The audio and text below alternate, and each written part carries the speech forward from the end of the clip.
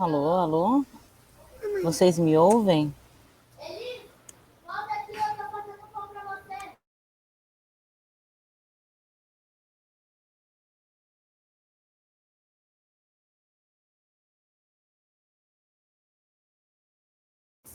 Ok, eu tô sendo ouvida, mas eu não consigo ouvir nada. Alguém tem aí alguma ideia? E atualmente estou coordenando. Te ouço bem, Alexandra. Ótimo, ouvi a Monique aqui na intervenção, mas eu não consigo ouvir o Paulo. Eu não sei quando a gente pode começar, me avisa, tá?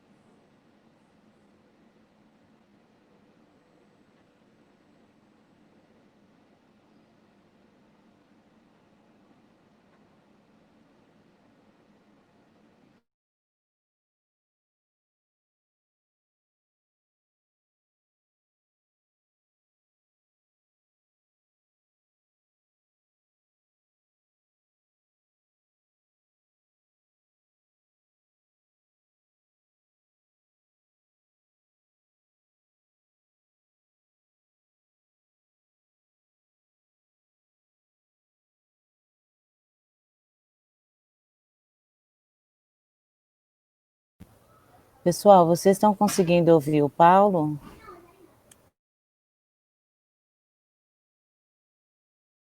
Não, não escuto, Paulo.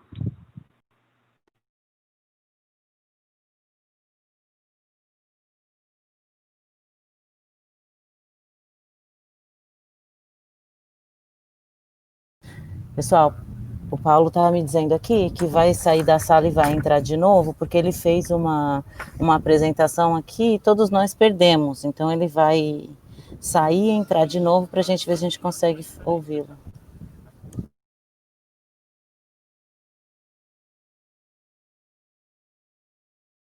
Tá, vou começar. Beleza, tá bom. Beleza, depois a gente introduz. Beleza, um beijo, tchau.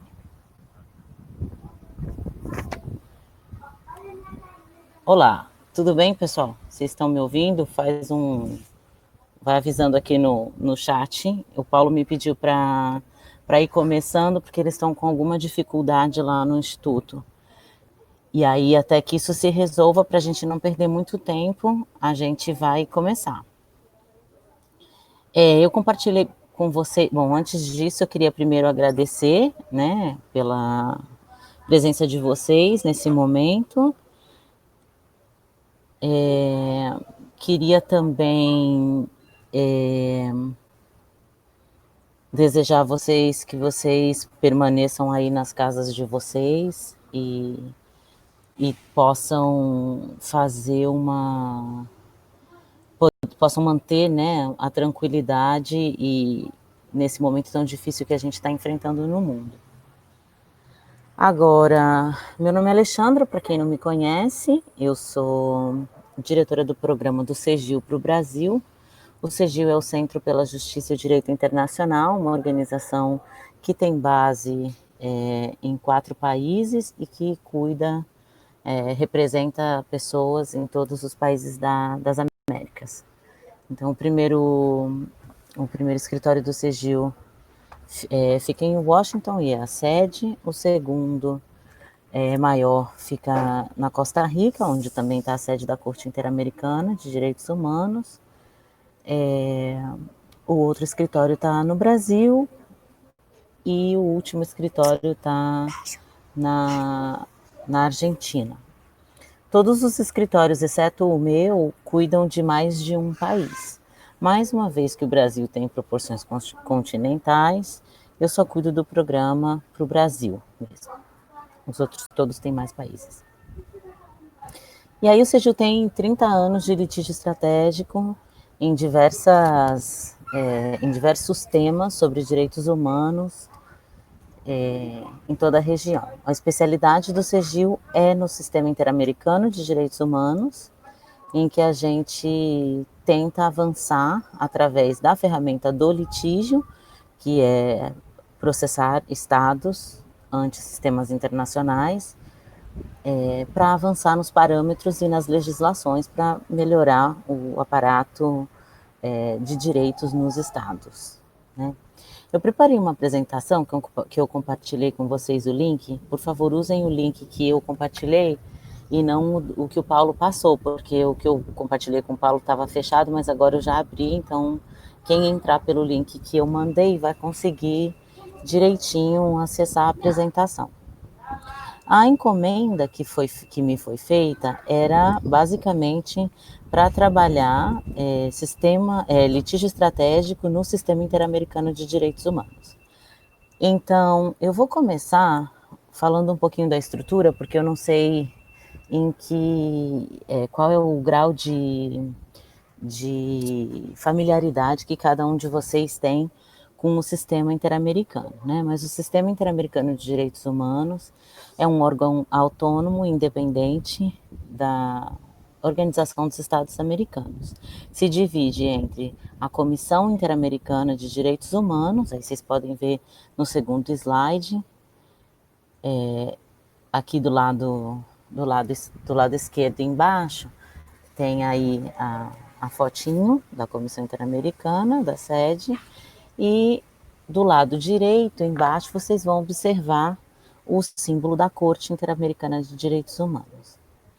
O litígio, o sistema interamericano, ele comporta, ele tem duas fases. A primeira fase é a fase em que se trabalha a Comissão Interamericana, né? Então, ou seja, onde se apresentam as demandas jurídicas, judiciais sobre violações de direitos humanos dentro de um Estado parte do tratado, que é a Convenção Americana de Direitos Humanos. Então, esses órgãos internacionais, eles basicamente, eles são uma junção de vários países que, através de tratados, se obrigam a respeitar determinados direitos. Nesse caso presente, específico, direitos humanos, tratados de direitos humanos.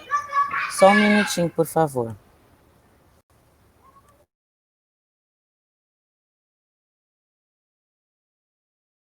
É porque esse negócio assim da quarentena, aí as crianças, entendeu? Então, desculpa, porque elas ficam muito agitadas. Mas voltando. Eu estava falando do Sistema Interamericano, da Comissão e da Corte.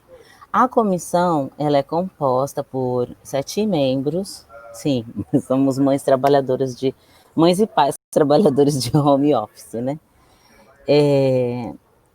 Então, ela é composta por 7 pessoas de notório saber jurídico, tudo isso que vocês encontram na literatura, né?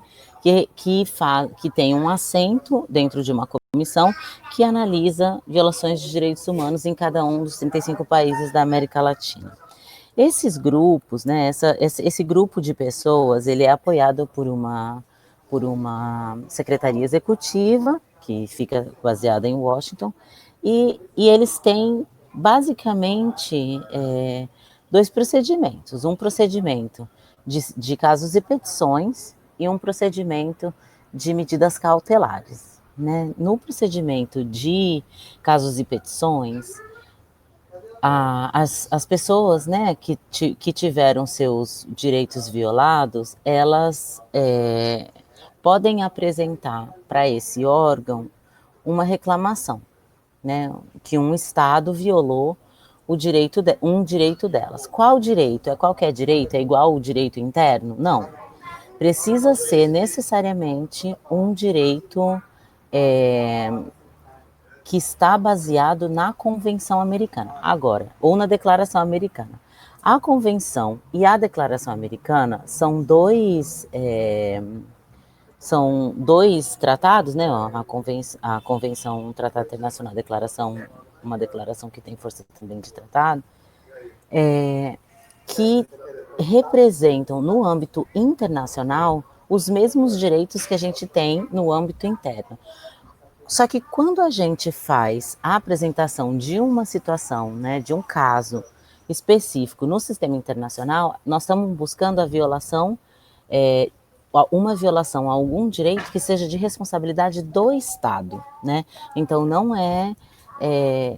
não se trata de ações entre particulares, apesar que a jurisprudência aceita em determinados casos, com um estándar específico, situações em que há violações de direitos convencionais que são cometidas por particulares. E esse estándar a gente pode conversar depois um pouco. Então, in a nutshell, né, num resumo, o sistema interamericano, a Comissão Interamericana, ela tem essa primeira função, analisar medidas cautelares, que são situações urgentes e graves, e analisar os casos e as petições.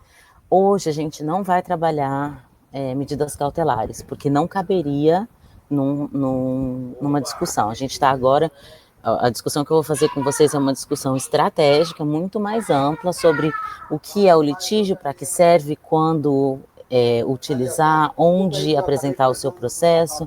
Não necessariamente vai trabalhar cada uma das estratégias em si. Para isso a gente vai precisar fazer outros encontros, porque senão a gente não dá conta que o conteúdo é muito grande. Mas eu coloquei a título de exemplificação, né, a título de exemplo para vocês, como funciona uma tramitação no sistema de petições e casos. Então, o trâmite dessas petições, aí vocês, quando vocês olharem no documento, primeiro que está em espanhol, né? E está em espanhol porque eu peguei justamente do site da comissão para garantir que vocês tivessem a versão mais atualizada, porque às vezes eles mudam um pouquinho. Tudo que não é regulamentar, porque a comissão, além do tratado, ela tem o seu regulamento interno. Então, o que não é regulamentar, a Secretaria Executiva às vezes altera, né? Então, ela vai mudando. Houve um tempo, 15 anos atrás, quando eu trabalhei na comissão, 10 anos atrás, mais ou menos, quando eu trabalhei na comissão, a comissão se organizava por país, não era por etapa processual. Então, tinha a advogada responsável por Brasil, que cuidava de todos os casos do Brasil. Tinha advogado de referência responsável por Argentina, que cuidava de todos os casos da Argentina. Então, com o passar dos anos, a comissão fez várias formas e combinações de tentar avançar o atraso processual, porque, como vocês devem saber, é muito grave o atraso processual que a comissão tem no processamento do sistema de casos, especialmente, né? Então, assim, processos que foram iniciados no início dos anos 2000, na primeira década dos anos 2000 até hoje, muitos deles não têm admissibilidade, outros não têm decisão de mérito, então é um processo muito longo e demorado. Então, hoje, o que a comissão utiliza como critério para tramitar as solicitações, né, os casos, é esse verdinho que vocês estão vendo aí, né? Então, a comissão recebe internamente, recebe uma petição que é apresentada por alguém, de acordo com, hoje, né, tem uma base de dados no site em que você preenche, e aí no final que você preencheu, você pode anexar um documento que traz as razões. Então, é uma petição inicial comum. E aí isso recebe um número de registro, é feita uma revisão inicial, se pode pedir informação adicional. Se a comissão achar que aquela documentação, né, aquela petição recebida, minimamente tem condições de prosseguir, a comissão acusa o recebimento dessa petição e envia uma informação para os peticionários dizendo que recebeu essa petição. E aí os peticionários aguardam uma avaliação interna da comissão Caso eles necessitem de mais informações, eles pedem para que a gente apresente, né, que os peticionários apresentem uma complementação que poderia ser considerada uma emenda. E aí toma uma decisão, abre trâmite ou não abre trâmite. O que significa abrir trâmite? Mando essa documentação para o Estado ou não mando essa documentação para o Estado, porque de fato não tem aqui elemento suficiente para apresentar isso. Se decidir abrir trâmite, passa para o próximo slide e vê o azulzinho. Aí tem a tramitação até a admissibilidade. Então, essa parte é regulamentar, está no regulamento da Comissão Interamericana. Então, manda para o Estado as partes pertinentes, recebe as observações do Estado, manda para os peticionários respondem sobre as observações do Estado e a comissão se prepara um informe de admissibilidade. Para preparar um informe de admissibilidade ou de inadmissibilidade, ela vai fazer uma análise de alguns critérios que estão no regulamento. Então, se a petição, se não existe litispendência em outro tribunal, se a petição tem um mínimo de...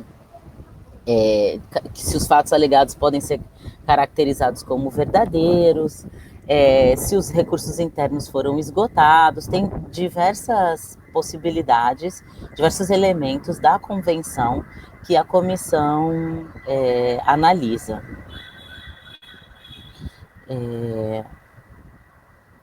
Se o caso for admitido, vai para o próximo slide.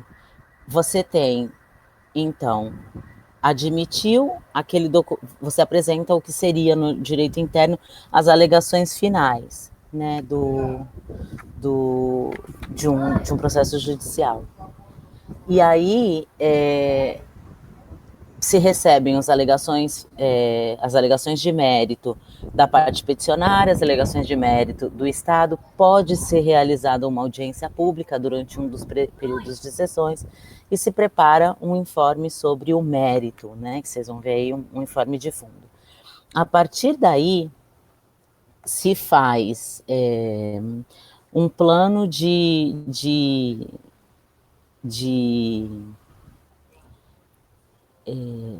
acompanhamento daquela decisão, né? Se o Estado vai cumprir ou não vai cumprir com o que foi determinado pela comissão em termos de recomendação pelas violações. E aí a comissão vai declarar se houve ou se não houve violação daqueles direitos que estão previstos na convenção. Tudo isso, me desculpa, é a parte de introdução que eu queria trazer para vocês do sistema interamericano, que eu acho que muitos de vocês já sabem, eu passei muito rápido e muito en passant. Quem precisar de mais informação, tem mais informações no site da comissão, ou entre em contato comigo, a gente conversa, entra em contato com o Paulo, a gente marca qualquer outra coisa para que ninguém fique com dúvida. Mas tem bastante coisa escrita já na literatura sobre a tramitação. A dificuldade muitas vezes, o que a gente entende pelo sistema é o que está na literatura. E na literatura não está tudo. Então, por exemplo, muitas vezes as pessoas têm dúvidas de em que momento eu apresento a prova, como que funciona isso, posso pedir audiência, não posso. Tudo isso vai depender da estratégia de litígio que vocês vão definir. Então, a gente chega agora no slide número 6, que trata da estratégia de litígio, que é o que a encomenda aqui me foi feita, né? Então, em termos mais gerais, porque é bastante introdutório, eu não tenho ainda ideia de qual o grau de profundidade de cada um de vocês, mas eu queria fazer com vocês muito mais uma conversa sobre estratégia mesmo, né? Então, quando eu penso, vou levar um caso, estou vendo aqui uma violação de direitos humanos na minha frente, eu quero usar a via do litígio, eu quero usar a via judicial. O que é que eu faço? O que eu preciso saber, o que eu preciso determinar, com quem que eu falo, né? Então, eu acho que a gente precisa ter bastante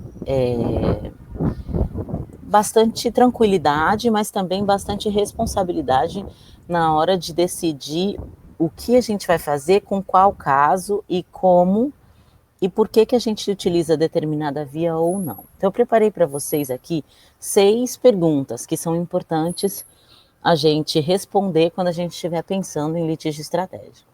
A primeira é o que é o litígio estratégico, a segunda é quando se deve usar o litígio estratégico, a terceira é quem pode usar o litígio estratégico, ou quem deveria, onde a gente vai apresentar esse litígio, ou vai levar esse litígio, como e por quê. Então, acho que assim, quando a gente consegue responder essas 6 perguntas, a gente começa a desenvolver uma estratégia de litígio, né?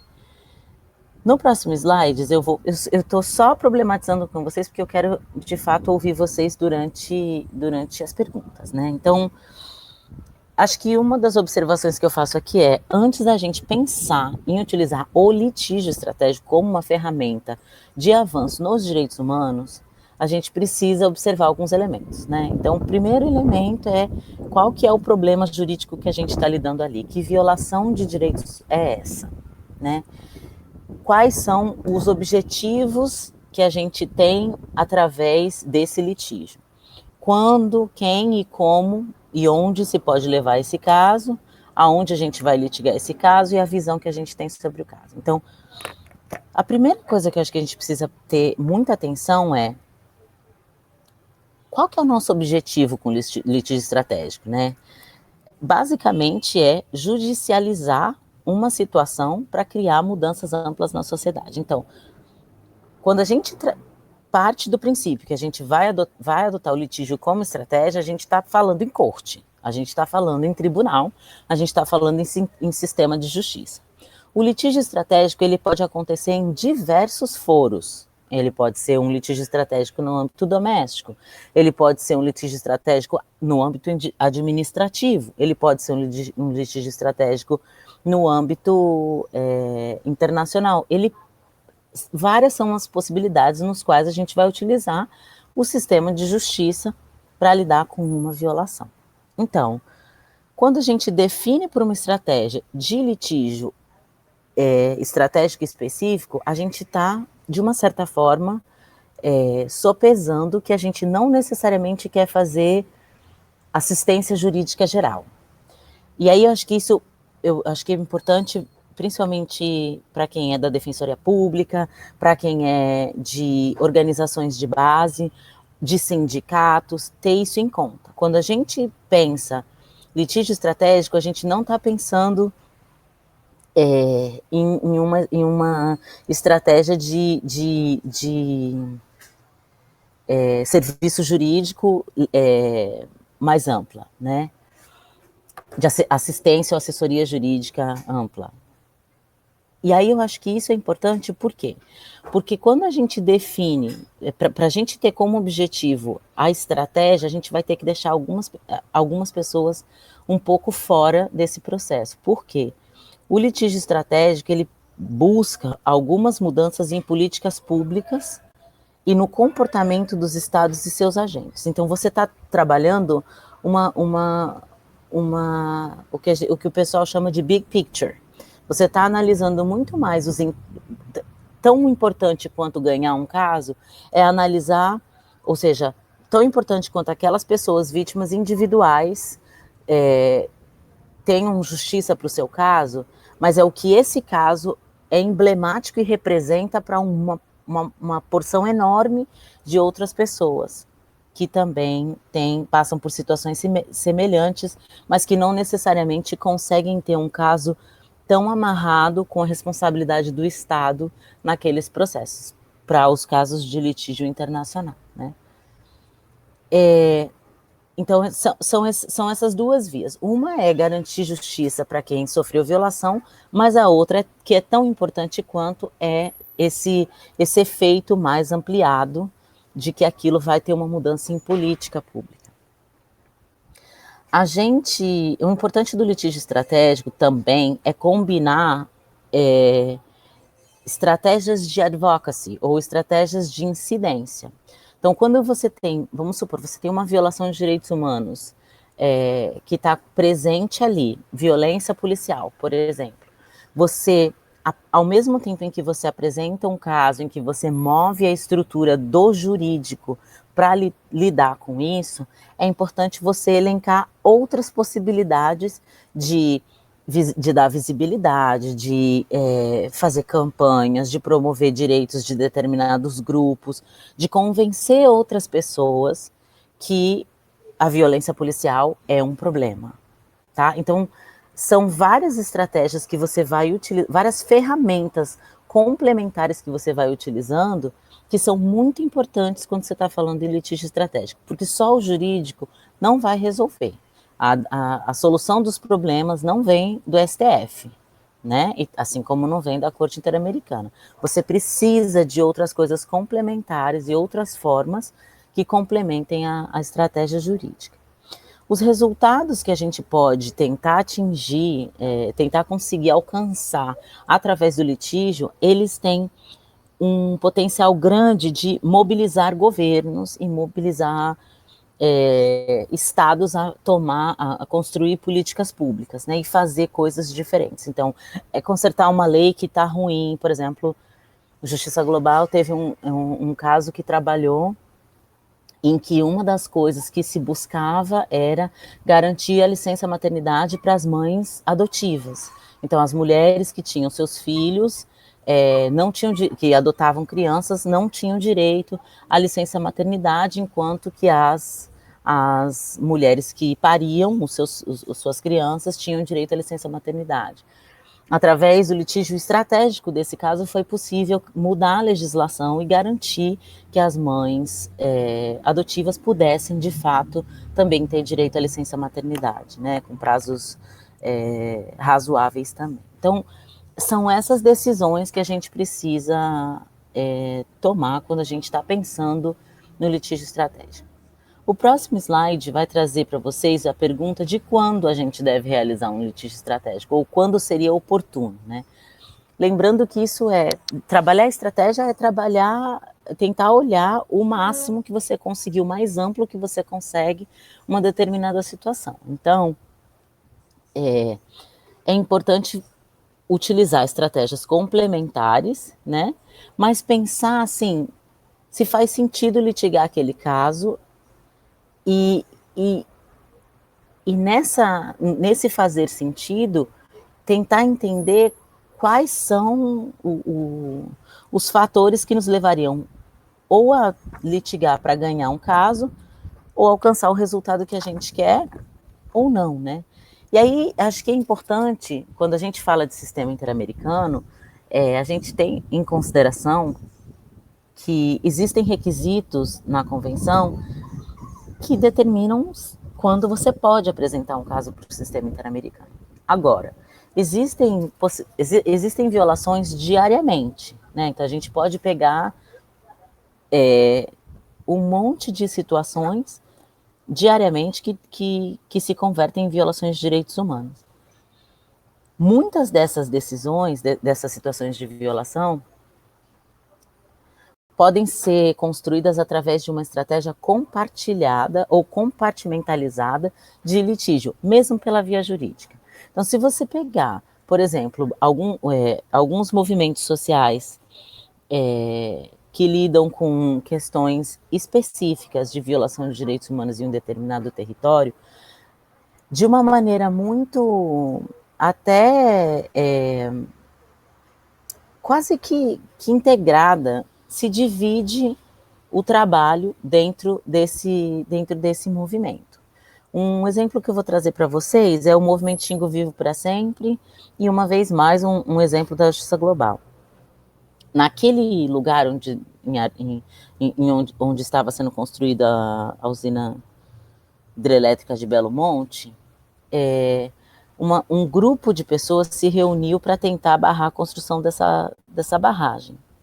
E aí, dentro das estratégias do movimento, foi determinado, né, o próprio movimento determinou, que se tinha que ter uma estratégia de litígio interno e uma estratégia de litígio internacional. Dentro da estratégia de litígio interno, o Ministério Público Federal, os procuradores que estavam acompanhando o processo de licenciamento ambiental, e mais a sociedade civil de Altamira decidiram fazer um processo jurídico e levar ações na justiça interna. Ao mesmo tempo em que algumas organizações, como a AIDA, Justiça Global, International Rivers, decidiram fazer uma parte de visibilidade ou de litígio internacional. Então, algumas dessas organizações se reuniram, fizeram um procedimento de medidas cautelares, porque as violações estavam acontecendo naquele momento, e para entrar com um caso você precisa ter esgotado os recursos internos, ou pelo menos demonstrar que houve uma impossibilidade de esgotá-lo, porque ou eles eram inexistentes, ou porque eles eram frágeis, né? E aí construíram, e International Rivers construiu junto com a Amazon Watch, construiu uma estratégia de incidência e visibilidade daquele fenômeno. Então, é um exemplo de onde se juntou estratégias de direito local, com estratégias de direito internacional, com estratégias de incidência e advocacy e comunicação. Então, quando a gente fala em litígio estratégico, a gente está trabalhando basicamente a parte-chave ali, é o estratégico, que a gente tem que ter para todos os casos em que a gente atua. E aí eu acho que é importante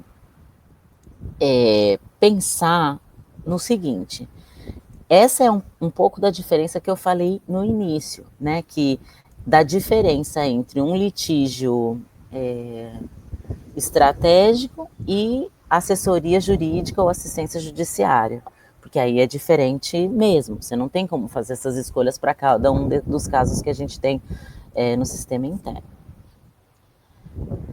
Quem pode realizar um litígio estratégico? Então, se a gente estiver falando de um litígio estratégico no sistema doméstico, só é o advogado que pode. Se a gente estiver falando de um litígio estratégico no sistema interamericano, na primeira fase do processo, que é ante a Comissão Interamericana, qualquer um do povo pode fazer esse litígio. Gente, tá chovendo. Qualquer um do povo não precisa ser advogado. Mas, se esse caso for para a Corte Interamericana, aí não. Aí a gente vai precisar ter um advogado, porque precisa apresentar os poderes. Eu vou mudar de lugar aqui, vou falando, mas vou mudar de lugar aqui, porque está chovendo agora, pessoal. Então, quando a gente está trabalhando, quem é que pode iniciar, né, ou levar um litígio estratégico no sistema internacional, é muito importante que a gente considere que não só os advogados têm assento, né, nessa mesa ou nessa conversa, mas também outros atores. Agora, a exceção é se o caso vai para a corte, ou também, e acho que a outra exceção que é importante a gente considerar é que não só nos processos internacionais tem sempre a parte do advogado e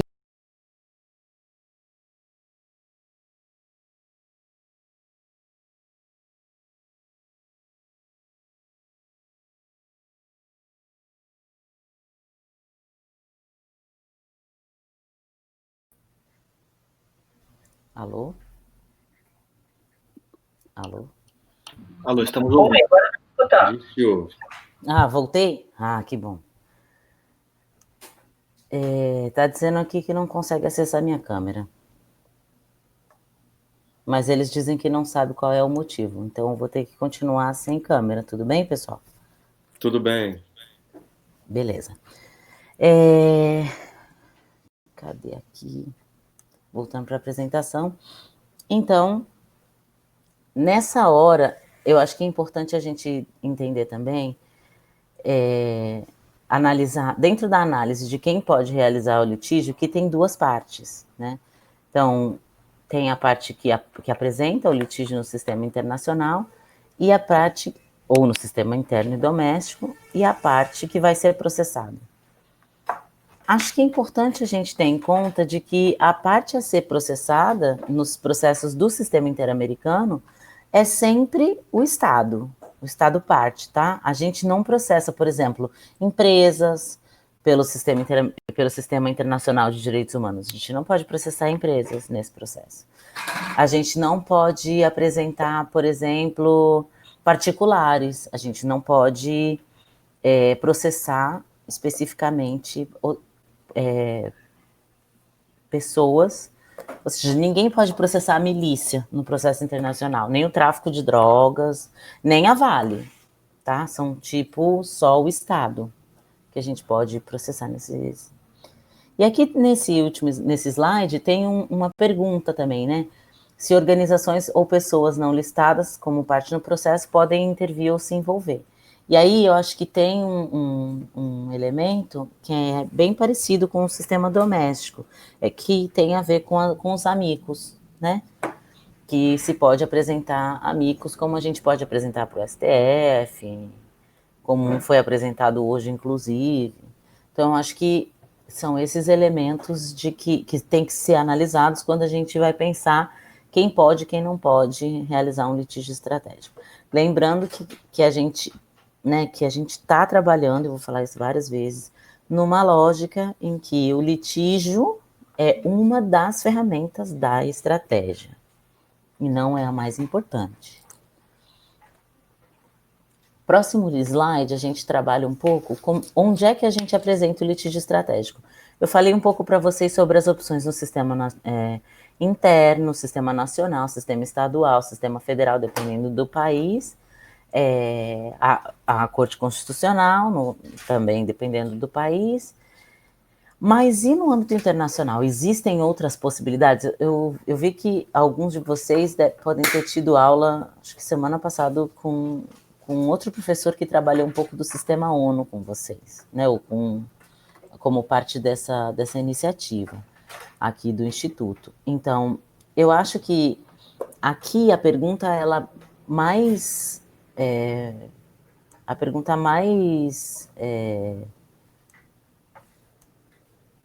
digamos assim, importante da gente fazer se a gente está trabalhando no sistema internacional de direitos humanos, talvez a gente precise refletir se aquele direito está previsto só no Tratado Convenção americano ou declaração, dependendo do tempo, se aquele direito está previsto em um outro lugar, em um outro tratado, e qual é a via mais conveniente ou que a gente tem mais chance de sucesso.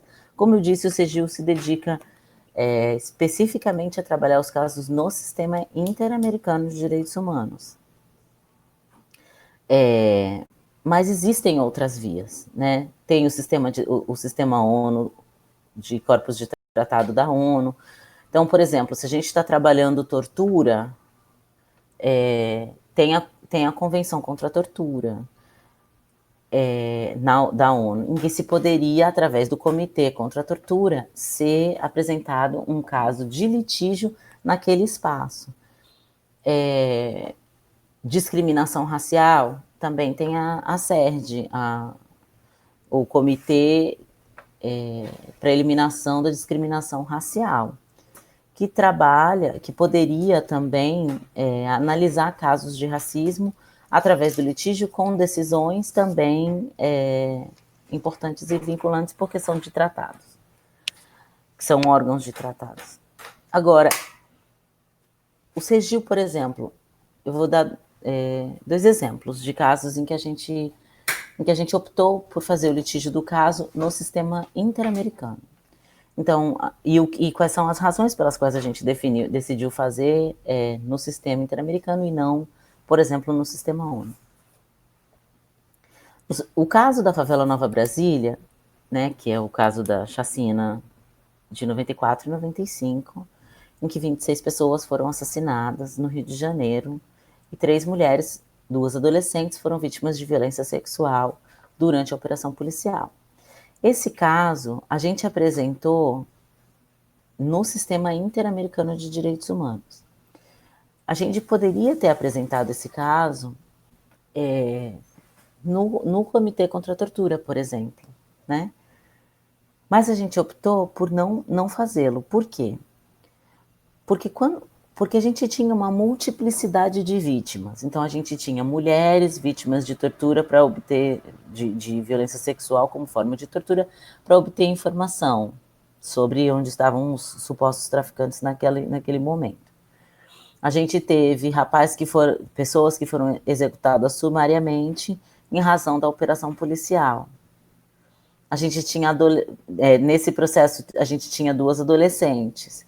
Então, para a gente trabalhar esse caso no Sistema ONU, a gente teria que trabalhar com pelo menos 3 ou 4 convenções, 2 ou 3 convenções diferentes, 3 pelo menos. Então, a gente teria que trabalhar, a parte das pessoas serem adolescentes, a gente teria que trabalhar a Convenção sobre os Direitos da Criança. E aí tem o Comitê sobre os Direitos da Criança, então, que tem a obrigação de cuidar daquele tratado específico. Contra a tortura, o Comitê contra a Tortura é a mesma coisa. Eles podem analisar situações de tortura. Mas você tem um processo de interseccionalidade daquelas vítimas e multiplicidade daquelas vítimas. Então, na análise do conjunto, o tratado que abarcava a maior proteção para maior número de vítimas de tantas origens diferentes era a Convenção Americana. E aí, por exemplo, esse é um problema, assim, antes de falar do problema, eu vou falar de um outro caso que a gente levou também pelo CEGIL, que é o caso do Jailton Nery da Fonseca, um adolescente que foi detido, né, foi detido pela polícia e para averiguação naquela época, no início dos anos 90, foi torturado e o corpo dele foi encontrado no mar, na Praia de Ramos. Isso é desaparecimento forçado, né? Porque foi pelas mãos do Estado, a pessoa foi tirada do seu lugar, né? Mas a lógica é a mesma. Então, ele era um jovem, adolescente, negro, que foi desaparecido pela polícia. Para nós, teríamos que utilizar pelo menos 2 ou 3, a Convenção para a Eliminação da Discriminação Racial, a Convenção sobre os Direitos da Criança e a Convenção sobre os Desaparecimentos Forçados, para poder litigar esse caso. Então, quando a gente está falando de onde a gente apresenta um litígio estratégico, a gente tem que levar em consideração todas essas questões. Qual é a situação das vítimas, qual é o caminho mais propício a alcançar uma evolução jurisprudencial que possa fazer uma diferença e ter uma representatividade na região. Como é que a gente consegue incluir essas pessoas ou tentar garantir que a maior parte dos direitos dessas pessoas sejam analisados também, né, as violações principais. Como fazer um litígio estratégico, que é o próximo slide. Então, para fazer esse litígio estratégico, vocês estão percebendo, assim, de tudo que eu fui falando até agora, que são várias decisões que precisam ser tomadas, né? Então, eu acho que esse ponto é um ponto muito interessante, assim, a gente precisa pensar, quando pensa num litígio, desde quem é que vai levar esse litígio, ou quem que pode ter condições de levá-lo, até como é que a gente vai descobrir as provas. E aí, assim, a gente tem no Brasil, por sorte, várias organizações de direitos humanos que já têm experiência nos litígios estratégicos no sistema interamericano. Mas a gente não tem, por exemplo, no Brasil, nenhuma organização de direitos humanos que tenha, por exemplo, experiência no TPI, no Tribunal Penal Internacional. Então, esse é uma via que a gente quer explorar? Sim, não, como, por quê? É possível? Não é possível, né? Então, pensando na via, a gente também tem que pensar em como é que a gente vai conseguir garantir, que o caso ande, né? E para isso a gente vai precisar entender que tem um montão de custos, que tem um montão de decisões que já existem sobre situações parecidas. A gente tem que entender que a gente precisa fazer análises de conjuntura, mas também análises de estrutura dentro desses processos e ter objetivos muito claros de quais os resultados que a gente almeja alcançar dentro desse litígio. E para isso a gente precisa sim, desde a época da Comissão Interamericana, garantir que a gente tenha testemunha, prova, especialista, que a gente tenha apoios de outras organizações e instituições para fazer amicus curiae, né? E pensar dentro desse plano do litígio que o litígio não acaba na sentença. Precisa haver a execução da sentença, a implementação daquela sentença. Que aí envolve um montão de negociações com o Estado para ver se avança nas políticas públicas. Então, é bem parecido como levar um processo judicial. Mas o nível de negociação que se precisa fazer com o Estado é também bastante considerável. E aí, eu acho que a última pergunta é por que a gente acode, né? Por que a gente decide ter um litígio estratégico, ou fazer um litígio estratégico. E isso é um pouco da reflexão que eu já estava trabalhando com vocês no como, né? Eu acho que, sim, é uma forma criativa e poderosa de incidência. Através do litígio estratégico, se conseguiu, historicamente, avançar nos padrões de proteção de direitos humanos no mundo, na América Latina em especial, né? Então, assim, principalmente depois de toda a terra arrasada que virou os países da América Latina depois das ditaduras que a gente enfrentou, direitos humanos era algo que era impensável, né? E através do trabalho das organizações em levantar, em botar à luz as violações que aconteceram durante o período da ditadura e posteriormente, as que continuaram a acontecer, permitiu com que as pessoas pudessem ter direitos reconhecidos, né? Então, se a gente vê desde das primeiras decisões, né, das crianças de rua, passando por decisões sobre, ou seja, a gente trata dos primeiros processos de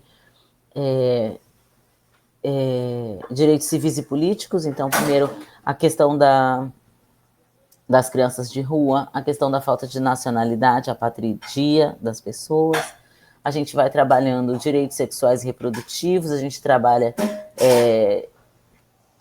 HIV, a gente trabalha projeto de vida, a gente trabalha violência policial, e assim sucessivamente, né?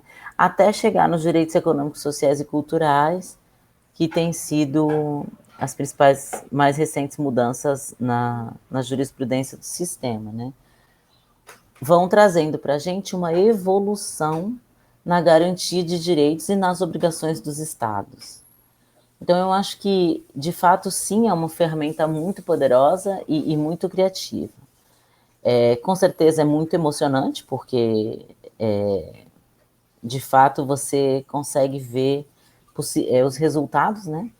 Mas é aquilo também, leva 20 anos, não é uma coisa que acontece de hoje para amanhã. Leva 20 anos, mínimo, para os processos avançarem, né? Mas a gente precisa sempre pensar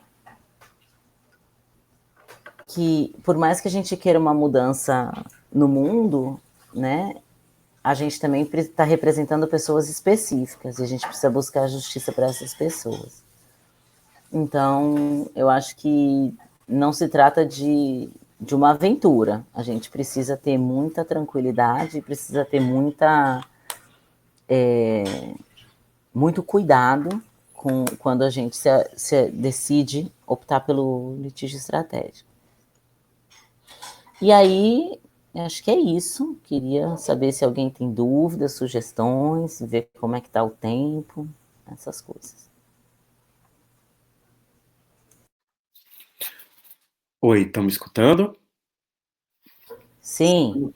Ah, tá. Olha, Alexandre, obrigadíssimo pela sua apresentação. A gente tem um privilégio de ter alguém que não sabe somente da teoria, mas o dia a dia no litígio do sistema interamericano, né? O CEGIL é uma organização que fez história no sistema interamericano, tá? Desde os primeiros casos na comissão e na corte, né? Não vou me delongar mais para a gente abrir o espaço para interações. Então, quem quiser fazer alguma pergunta específica, né, que use o símbolo inferior esquerdo, tem uma mãozinha. Então, levante a mão que a gente vai ver. Tem Fefe Vasqueto, que levantou a mão. Pode fazer a sua pergunta. ¿Qué tal? Muchas gracias. Alejandra, te hablo en español, espero que eso no sea un problema. Antes que nada, te agradezco la presentación, me pareció excelente. Eh, Quería simplemente hacer una reflexión muy breve sobre algo que mencionaste, que el litigio estratégico es una herramienta más que nada para evitar que las personas todo el tiempo crean que tienen que ir al sistema interamericano para resolver sus problemas y a veces es útil también pensar que todo lo que ya se produjo en la comisión y en la corte está a disposición de la sociedad civil, ¿no? Más que nada era eso nomás.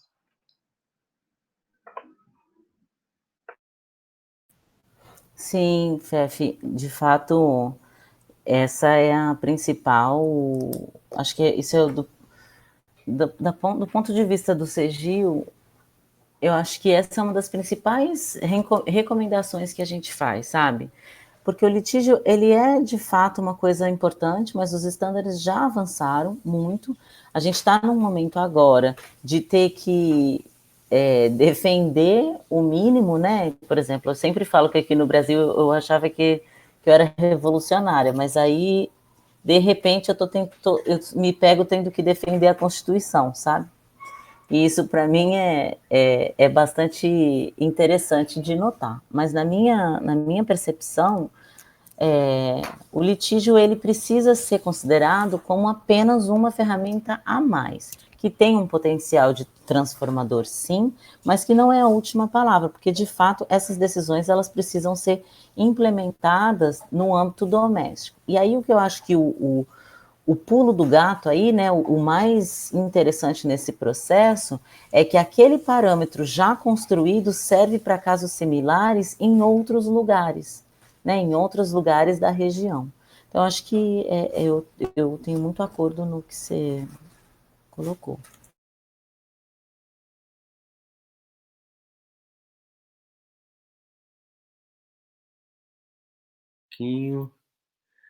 Tem alguém que se inscreveu sob o nome Conferência SDH 2020. Eu não pude identificar quem é a pessoa, mas pode fazer o seu comentário ou sua pergunta.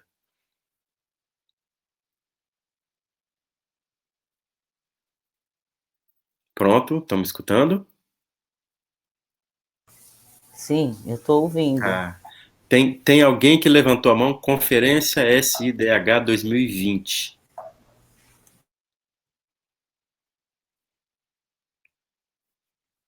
Alô? Não, bom. A gente vai... o Matheus Hernandes também levantou a mão. Ele é professor da Universidade Federal do Grande Dourado. Por favor, Matheus, pode ir. Boa tarde a todos, aí, em especial a Alexandra. Queria agradecer imensamente pela exposição e cumprimentar o Paulo também pela iniciativa. Gostei bastante da exposição na medida em que você aborda realmente os aspectos estratégicos e para além da descrição simplesmente do trâmite. E aí eu tenho uma pergunta para você, porque aqui a gente em Dourados a questão da violação aos Guarani Kaiowá é algo muito recorrente e uma emergência, né? Algo muito grave. E aí, com isso, a gente tem alguns projetos aqui na faculdade justamente para tentar dar visibilidade internacional, lato sensu, digamos assim, e também tentar, em alguma medida, mobilizar as instâncias internacionais de direitos humanos para os casos de violação. E aí a gente vem notando mais isso que você está falando, justamente dessas escolhas estratégicas, e aí acho que não era exatamente o escopo da sua apresentação, mas eu queria ver você comentando o seguinte: em meio aos trâmites, a importância do trâmite de um caso no sistema interamericano, propriamente dito, a importância de mobilizar outros gatilhos assim da instituição. Então, tentar fazer sair comunicados de imprensa, medidas cautelares, dessa dimensão que também me parece estratégica. Se você pudesse comentar um pouquinho, que é algo que a gente está aprendendo aqui, não só na teoria, mas na prática também. Obrigado mais uma vez.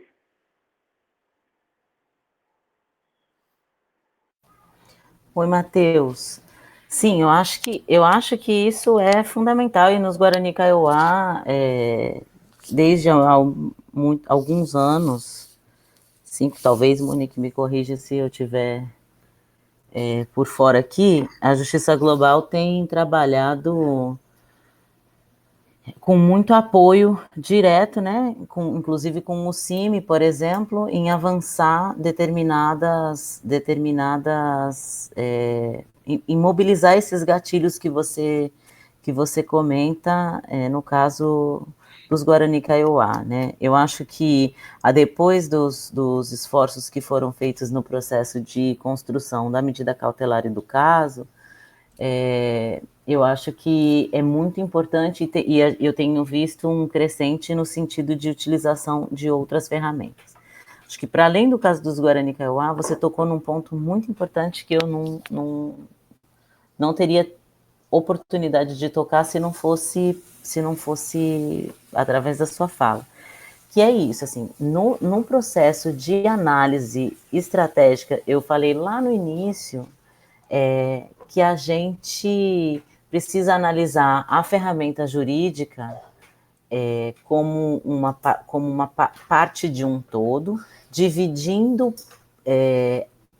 tarefas e ações entre diversas organizações, parceiros e ativistas, né? E aí eu acho que, dentro do sistema, se pode, durante a tramitação de um caso, trabalhar outras ferramentas, sejam audiências temáticas, audiências de caso, por exemplo. Então, se poderia ventilar a possibilidade de pedir uma audiência de um caso que está em tramitação, né, ante a Comissão Interamericana.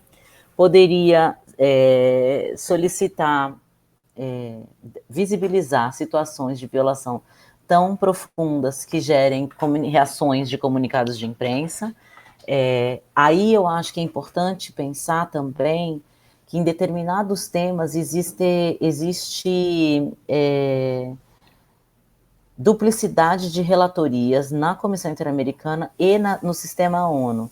A gente recomenda sempre que se tente fazer a incidência através das duas frentes, né, que a gente consiga juntar e ter um comunicado conjunto, um comunicado de imprensa mais forte e que mais contundente. Então, tem o procedimento de Carta 41, né, que é a solicitação o requerimento de quem faz a denúncia de que a comissão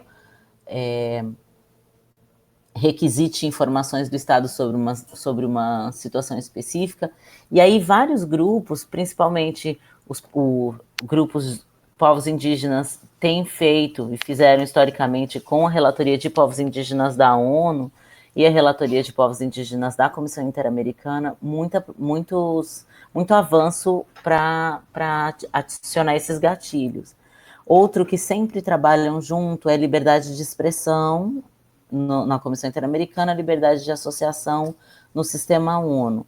Outro que sempre trabalha junto também é defensores de direitos humanos, relatoria da infância. Então, diversos temas a gente geralmente utiliza para avançar nesses processos, né? Então, acho que é fundamental utilizar os gatilhos do próprio sistema, mas também fazer esse cruzamento entre os sistemas, sabe? E aí eu acho que, por exemplo, determinados pontos, muitas vezes a gente só consegue pautar muito mais fácil no sistema ONU, e depois a gente traz para a pauta do sistema interamericano e a gente consegue mais escalonar no tempo quais são as ações que a gente faz junto. Então, por exemplo, vou dar um exemplo para vocês. A gente poderia em tese fazer um painel ou como é o nome, Paulo? Evento paralelo? Isso, às vezes eu me esqueço as palavras. Um evento paralelo na ONU sobre determinado tema. Vamos supor aquele que a gente fez o ano passado com o CIMI. E aí, com aquele evento serve de pulso para que a gente consiga pautar povos indígenas específicos na Comissão Interamericana, entende? Agora, com o Fórum do Sistema Interamericano, com as audiências, tem sido muito mais possível fazer também eventos paralelos no Sistema Interamericano. Então, tem algumas coisas que a gente pode explorar, ainda tem bastante caminho que a gente pode avançar, mas como parte de uma estratégia mais global, é fundamental. E eu acho que, assim, a audiência temática ainda tem muita força. A coalizão negra tem utilizado muito essa mesma dinâmica estratégica. Aciona a Comissão Interamericana, aciona o sistema ONU. E o que a gente intercruza disso que a gente pode utilizar no nosso sistema doméstico. Ótimo, eu tenho aqui levantado a mão o Paulo. Por favor, Paulo.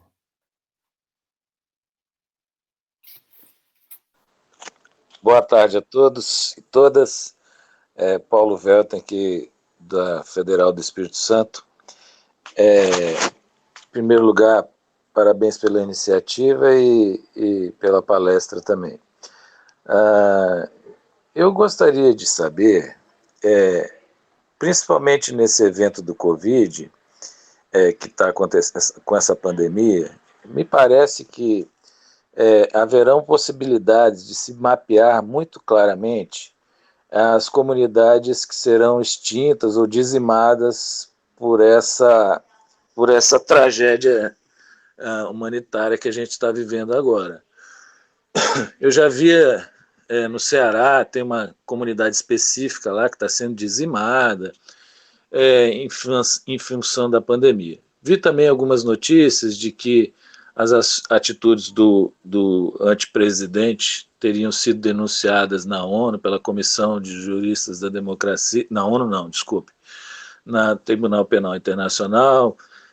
Eu queria saber a respeito de uma delimitação no sentido regional da Corte Interamericana, como anda essa possibilidade da gente pensar numa delimitação para denunciação de casos de genocídio ou a distinção teórica desses dois casos para a gente saber como lidar com isso.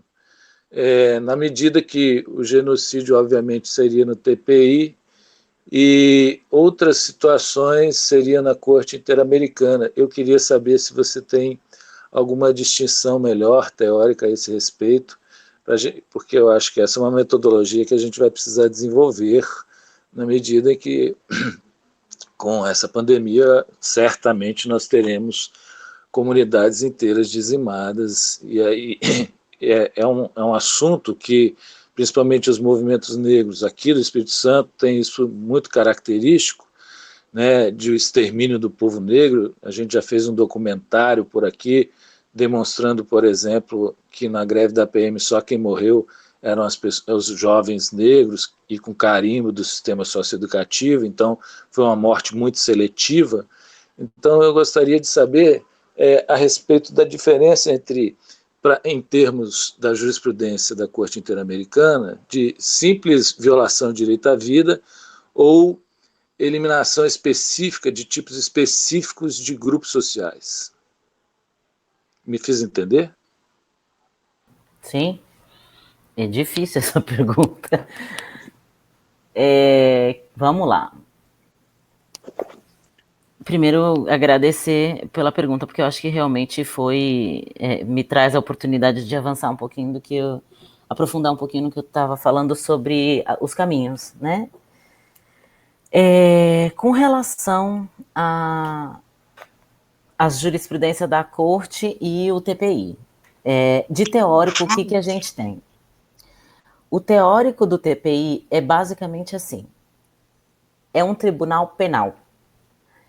Significa, os casos são apresentados pelo promotor, não sei como fala, prosecutor, é o promotor internacional, isso. Ou seja, é como se fosse um Ministério Público Internacional. A decisão de se o caso é apresentado ou não é apresentado, ela recai sobre o promotor internacional. Ou seja, a Comissão Arnes e o pessoal lá apresentaram no TPI uma denúncia contra o Bolsonaro sobre o genocídio da população indígena na Amazônia. Essa foi a denúncia que foi apresentada. Essa denúncia, ela é apresentada para o promotor internacional e ele, no caso é uma mulher, e ela é quem decide, a partir da análise dos elementos que foram feitos, se inicia ou não a investigação. Então, a partir do momento... E quando se iniciar a investigação, para determinar se tem base para construir o caso criminal e apresentar aí a denúncia penal, durante todo esse tempo, existe primeiro que existe uma discricionariedade imensa por parte da promotora internacional, de se ela avança ou não. Segundo, existe um conselho que analisa as decisões de apresentação de denúncia do promotor, que pode ser, que é o Conselho de Segurança. E existe uma discricionariedade da promotora internacional de se ela apresenta o caso com base em qual artigo. Então, por exemplo, não necessariamente, quando a gente fala em genocídio ou crime contra a humanidade, é a promotora internacional que vai decidir se ela vai representar o caso ou denunciar o caso como genocídio ou como crime contra a humanidade, analisando o tratado. Então, é um processo um pouco diferente, porque ele também, e aí acho que uma questão central dessa situação, né, do usar o TPI, tem a ver com quem a gente busca responsabilizar, Paulo. E aí eu acho que isso é muito importante para a gente ter a responsabilidade no TPI é individual, não é o Estado. Então, quando a gente trabalha Sistema Interamericano de Direitos Humanos, a gente está trabalhando um processo em que a outra parte, o réu, é o Estado. Quando a gente está trabalhando TPI, o réu é uma pessoa, é o Bolsonaro, ou é o Wilson Witzel, dependendo do caso que a gente está apresentando. E aí, precisa tentar apresentar uma sistematicidade daquelas violações graves e amarrar essa sistematicidade naquela pessoa. Então, por exemplo, eu vou dar um exemplo que eu estava conversando com a Glaucia da Justiça Global na última formação que a gente fez sobre isso. É você dizer, quando a gente fala assim, o Wilson Witzel é genocida, a gente precisa provar que ele é genocida. E para provar, a investigação da procuradora vai ter que provar que a política de segurança pública implementada pelo Witzel é genocida, analisando o contexto durante o governo dele, mas não necessariamente ele responde pelos atos do Sérgio Cabral ou dos outros governadores. Então, a gente está trabalhando numa questão sistêmica, buscando a responsabilização de um indivíduo que não está ancorado por um Estado. Então, é um processo bastante complexo e difícil de avançar, mas eu acho que, sem dúvida, é um processo que precisa ser explorado a partir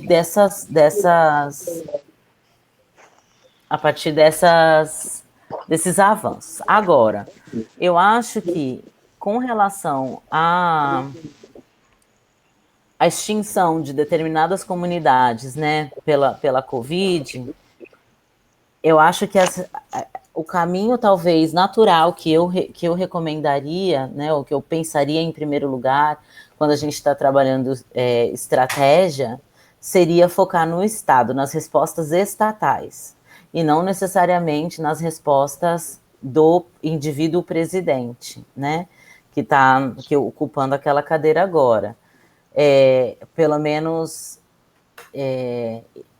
um pensamento, né, uma reflexão inicial que eu estou tendo com vocês aqui, né? Então, são ações de Estado que estão sendo tomadas, apesar de tudo. Em relação a onde ou por onde ir, o que a gente fez, por exemplo, que foi uma coisa que eu conversei com o pessoal da Justice Initiative, quando eles estiveram aqui na capacitação sobre TPI, é que o único parâmetro que a gente tem de jurisprudência da Corte Interamericana que trabalha crime contra a humanidade é o caso do Herzog. No caso do Herzog, a Comissão Interamericana, né, nessa ideia de diferença entre uma simples morte e uma morte de um grupo específico, tudo mais, a Corte Interamericana decidiu, em 2010, o caso da guerrilha do Araguaia. No caso da guerrilha do Araguaia, a Corte Interamericana disse que o que aconteceu no Brasil durante a ditadura militar eram graves violações de direitos humanos. 8 anos depois, quando a Corte teve a oportunidade de analisar novamente o marco fático do caso do assassinato do jornalista Vladimir Herzog, o que a Corte determinou, a Corte Interamericana, foi que a situação era grave e o que aconteceu no Brasil não era graves violações de direitos humanos. Eram crimes contra a humanidade, porque eles tinham um objetivo específico, eles eram realizados contra a população civil, eram ataques sistemáticos e generalizados contra opositores políticos. Então, nesse sentido, o parâmetro que a gente tem sobre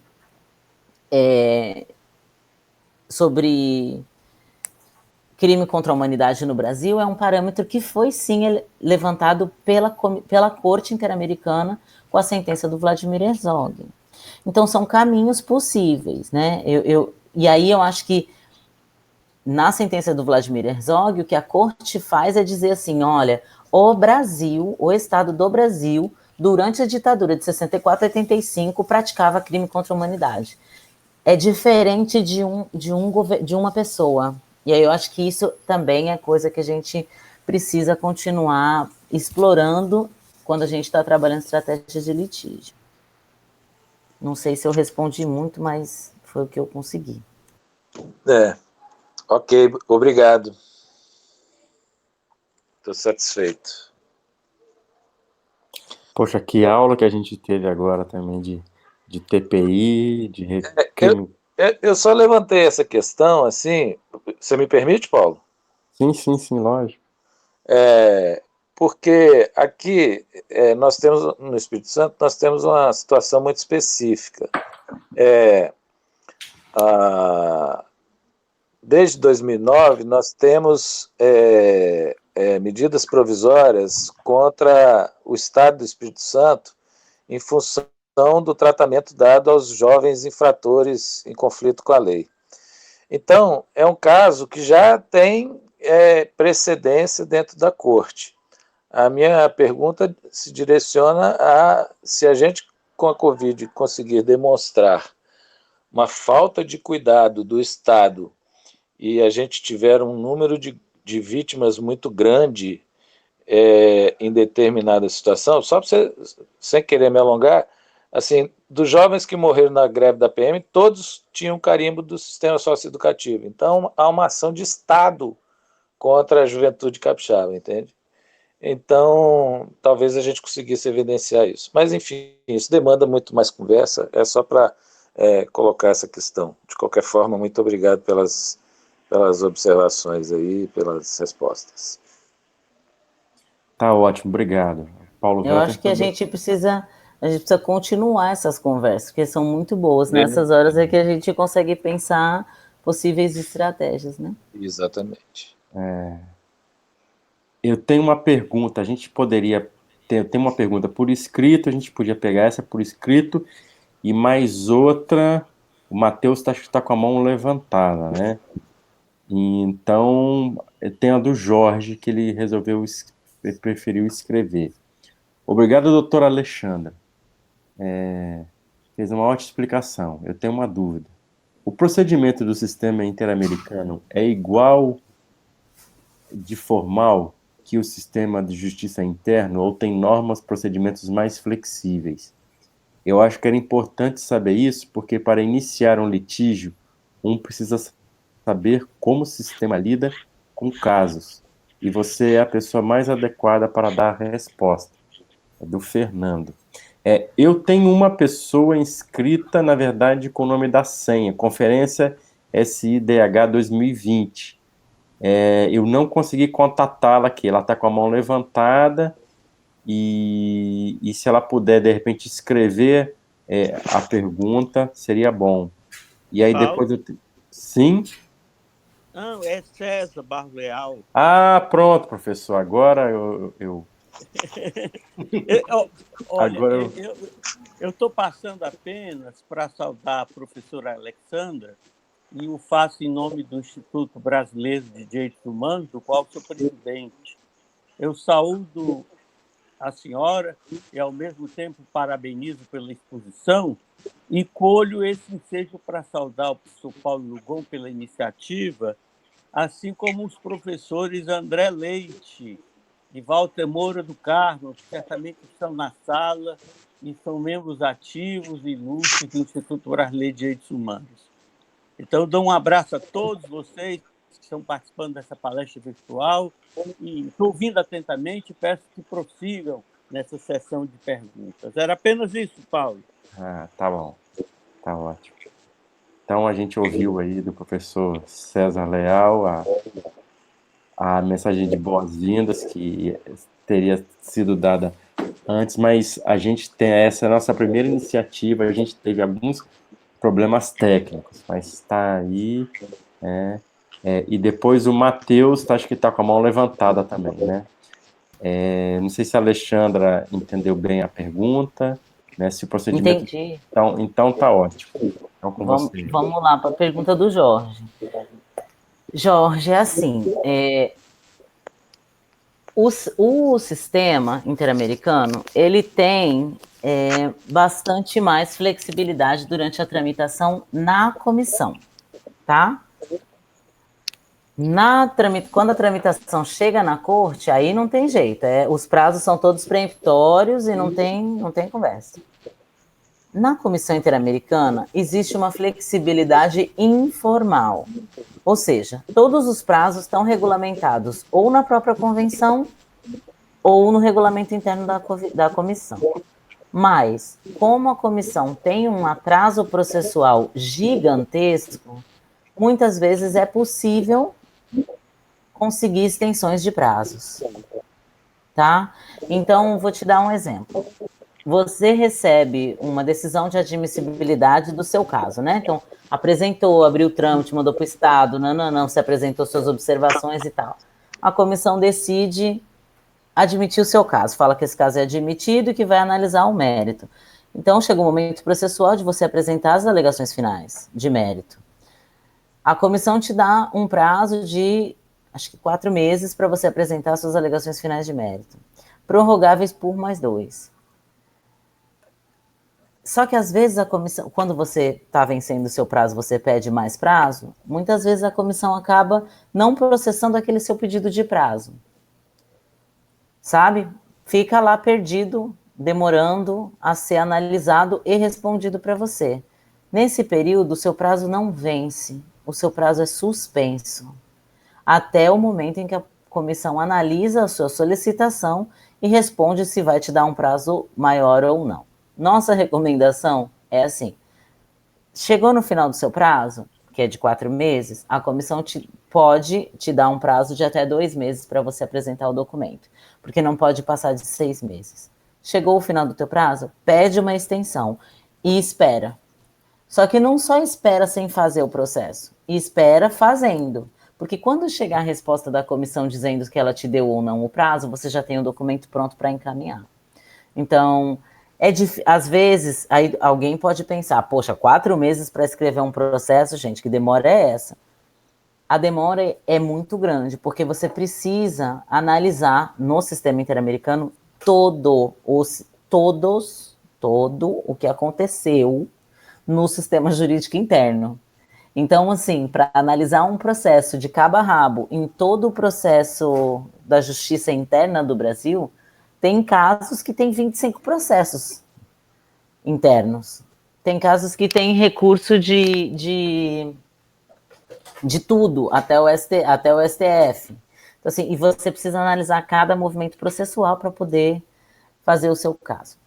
É difícil nesse momento? É, mas fica muito pior na corte, porque na corte não tem extensão de prazo. E aí é muito mais difícil. Então, quando o litígio chega na corte, os prazos não tem flexibilidade. Então, só isso que eu queria te falar. Tá ótimo. Acho que o Matheus quer fazer uma outra pergunta. Tá com a mão levantada. Oi, Alexandra. Bom, desculpa uma nova pergunta, né? Mas como eu vi que ninguém mais se manifestou, me concedi esse direito de um segundo comentário. Que você estava falando do TPI, e eu, como pesquisador, tal, me dediquei sempre aos sistemas de direitos humanos da ONU, né? Mais fechado, assim, nesse sentido.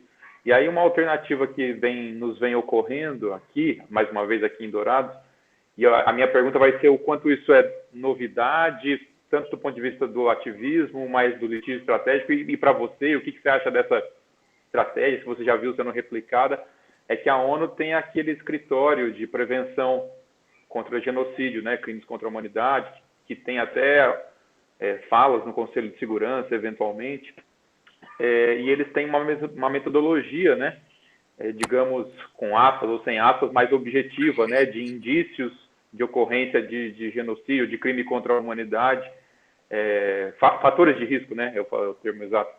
E, de certa maneira, a gente vem mobilizando essa metodologia para o caso aqui, né, dos Guarani Kaiowá, ensaiando isso um pouco, esboçando, e eu queria saber, assim, não necessariamente para levar ao TPI, mas como uma ferramenta para dar alguma abordagem um pouco mais objetiva a um tipo criminal penal, sei lá, um tipo criminal tão chama tanta atenção, né, como crime contra a humanidade, questão de genocídio. Eu queria ver um pouquinho você comentando sobre isso, já que, né, a gente falou sobre isso aí na sua resposta. Obrigado. Então, eu acho que talvez Paulo possa ajudar mais com essa parte, né? Eu não conheço muito do Escritório de Prevenção contra o Genocídio. Eu geralmente, historicamente, me dedico aos sistemas regionais, um pouco sobre os sistemas de tratado, de órgãos de tratado. Não tenho certeza se o Escritório de Prevenção contra o Genocídio, em que lugar que ele fica, se fica embaixo do Conselho de Direitos Humanos, ou se fica, né, onde ele se localiza. Então, eu não tenho como comentar, mas eu acho que qualquer iniciativa que permita a gente construir prova dentro dos processos que a gente trabalha é válida. Né? Qualquer iniciativa que, em âmbito de direitos humanos, que possa ajudar a gente a avançar nas provas que a gente está tentando produzir, eu acho que é uma estratégia. E eu acho que estratégia inovadora estão aí para a gente explorar, né? Até 5 anos atrás, ninguém falava em Carta 41, ninguém fazia, né, pedidos de solicitação de informação antes para construir avanços no sistema interamericano, né?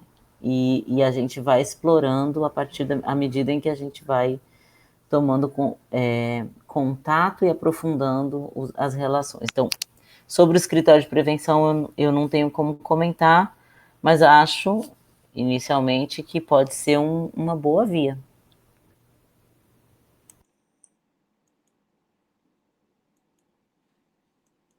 Oi, se eu puder comentar rapidinho, né? O escritório de prevenção, ele não tem uma instância jurídica penal. Ele colhe dados, ele assessora o Conselho de Segurança, mas ao fazer isso, ele estabelece prova, ele estabelece evidência, né? Então, é um caminho, sim, muito válido a trilhar, e ainda mais porque ele tem essa metodologia de fatores de risco, né? Pelo que eu entendo, o MPF fez também uma análise com os Guarani Kaiowá, na verdade, né? Então, sobre esses fatores de risco. Quero comentar rapidinho sobre a Corte Penal Internacional, né? Tem algumas iniciativas na América Latina de levar chefes de Estado a uma responsabilidade penal internacional que ainda não deram frutos, né? O caso da Colômbia, que tem um conflito armado já que se estende há várias décadas, né?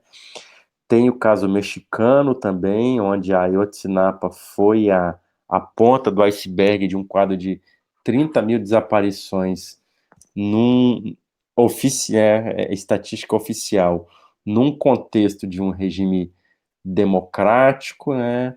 Então, elas ainda, as organizações que trabalham com isso, elas estão no processo ainda, né? A gente tem que comparar dentro desse quadro, né? Não que a gente esteja muito indignado com o que está acontecendo, né? Não que a gente não deve explorar, mas vou dizer assim, a bússola hoje da procuradora-chefe, né, são ainda as grandes violações, né? Há uma série de questões, a questão Israel-Palestina, né, outras questões. É um tribunal também que vem sendo acusado de filtros políticos importantes, né? Tem uma pergunta que é muito válida, né? Por que só os chefes de Estado africanos que são levados à Haia e não os outros, né? Então, assim, não quero resolver nada, só mais para confundir. Se alguém, eu acho que não, né? Se ninguém tem nenhuma outra pergunta a mais, queria saber se o professor César gostaria de nos brindar com umas palavras aí de Não, encerramento. apenas reiterar o meu agradecimento à professora. Tenho certeza que, ao parabenizá-la, eu sou porta-voz de todos aqueles que tiveram o privilégio de estar nessa sala. E renovo o meu agradecimento a você, Paulo, por intermediar essa tão bela iniciativa. Um obrigado a todos vocês. Essa iniciativa foi uma iniciativa de uma equipe aqui que estamos longe, né? Estamos perto, né? Do Walter Moura, do André Leite, né? A gente agradece muito a essa colaboração única que a Alexandra deu, mostrando realmente uma visão de um insider mesmo, né? Do, do sistema interamericano, a coisa que não estão, né? Coisas que não estão nos livros, né? Alexandre, você gostaria de fazer algumas palavras de conclusão, alguma pinga-fogo final? A palavra é sua. Gente, eu só queria agradecer pela paciência. A gente tem ainda 22 pessoas, só está saindo uma pessoa, 21 agora, que acompanharam a gente até aqui. Queria me desculpar pelo problema técnico que a gente teve no início, mas dizer que foi uma honra para mim poder compartilhar um pouco mais com vocês, e a gente está à disposição se vocês quiserem trocar alguma coisa mais, aprofundar, né? Acho que Paulo deu várias ideias aí a gente avançar no Espírito Santo. Tenho certeza que Matheus falou também muito lá do Mato Grosso do Sul. Coisas que a gente puder fazer junto, conta com a gente. Obrigada. Tá ótimo, então. Obrigado a todos vocês que ficaram. A permanência foi ótima, né? 20 pessoas numa sala dessa por um período de 2 horas. Também o conteúdo estava muito interessante também. Então, eu não sei se Walter, se quer dar falar algumas palavras. Não, na verdade, Paulo, só mesmo agradecer a professora pelas explanações, né? Agradecer também a presença dos alunos do mestrado e da graduação em Direito da Universidade de Marília. E é isso, acredito que, como o Paulo mesmo mencionou de início, nós vamos ter outras atividades, né? Tanto o Paulo, o professor André, o professor César vão, em outras oportunidades, organizarem pelo Instituto Brasileiro de Direitos Humanos outras palestras, outras lives. Então, gostaria muito de contar, né, com a participação de todos que prestigiaram hoje a Alexandra. Muito obrigado. André? Alexandra, muito obrigado pela palestra, foi realmente muito instrutiva. Nós que somos da academia, a gente participa de muito evento abordando os assuntos a partir de uma perspectiva acadêmica, que apesar de muito instrutiva, se mostra limitada, e a gente vê isso quando assiste a uma intervenção como a sua, que aborda esses assuntos a partir de uma perspectiva muito mais prática. Agradeço, então, a sua intervenção em nome de todos, e espero que a gente repita essa experiência.